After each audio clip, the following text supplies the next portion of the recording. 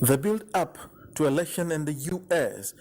allows for early voting before the D-Day, and this has begun in Detroit, Michigan, even though campaigns are still ongoing.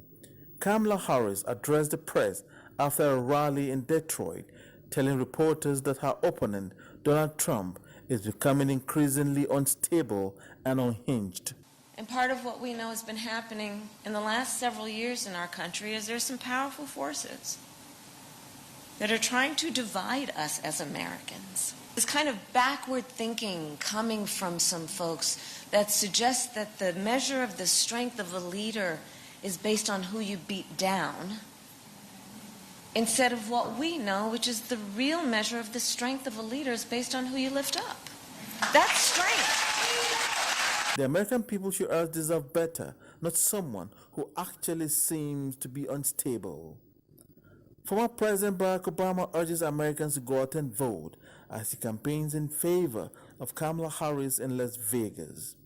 He said together, Americans have a chance to start building more equal, more hopeful, and stronger country, and only Kamala Harris guarantees that. He said that is why he's asking Americans to vote her to become America's next president. I am here today for a very important reason. And that is to make sure not just that you vote, but everybody you know votes. Donald Trump, at closing rallies, urged Americans to see a further Biden in Kamala, and if she should become president, Joe Biden remains the leader. Other than that, the slow pace in development and global advancement recorded over the last 4 years will endure with Kamala Harris in power. Eventually I cancel. I haven't canceled. She doesn't go to any events. She's a loser.